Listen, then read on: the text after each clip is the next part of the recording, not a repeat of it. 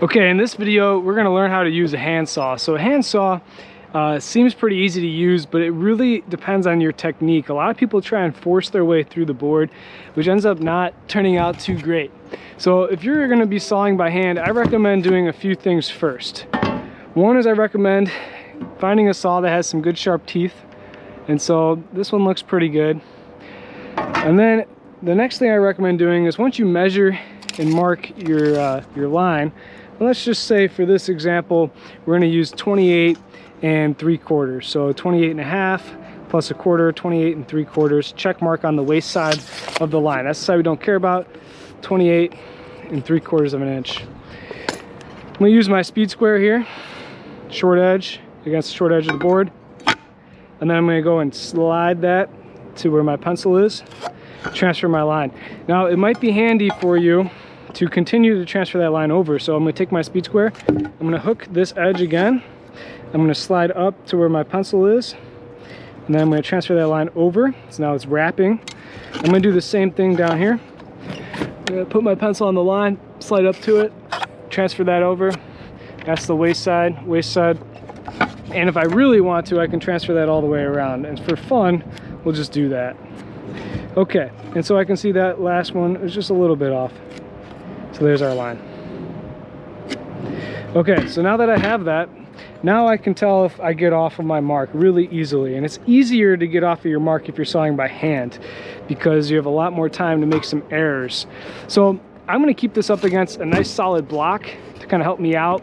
And so this table doesn't move, I'm gonna take a couple of 8-penny nails real quick and toss those in.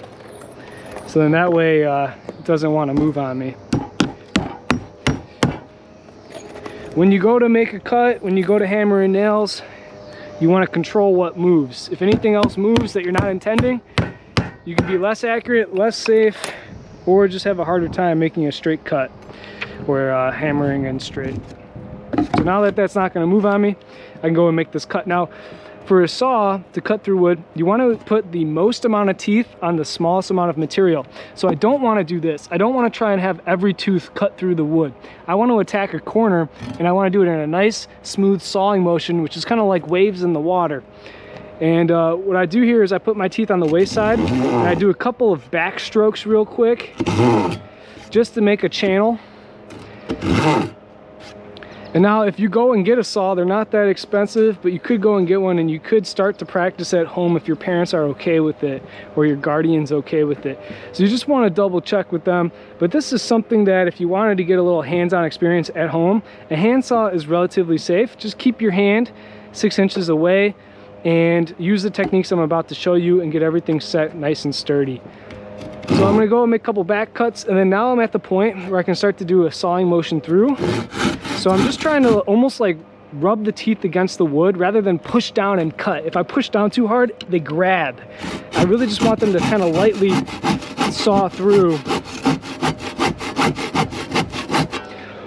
And I'm trying to stay on that waist side of that line. If I want to check it part way through to just be safe, I can, and I should be able to see that I'm nice and square all the way through.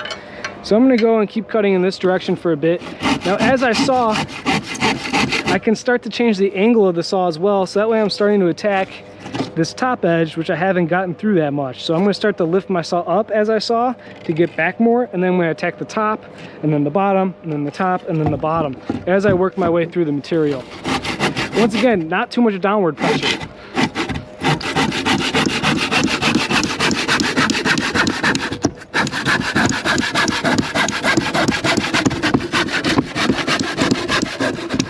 All right, now as we get towards the end,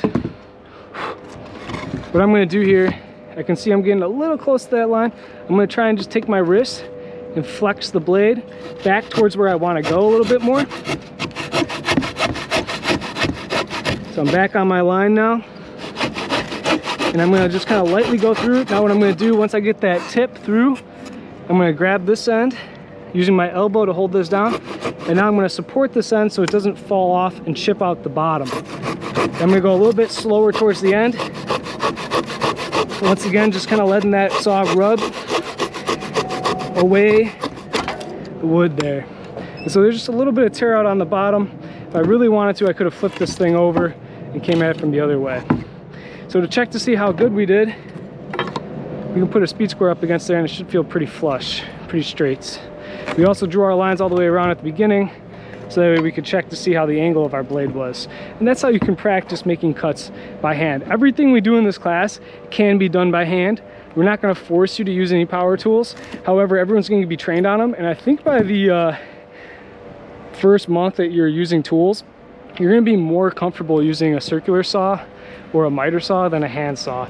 But you want to be able to learn how to use one of these because it's a foundational tool. GoPro, stop recording.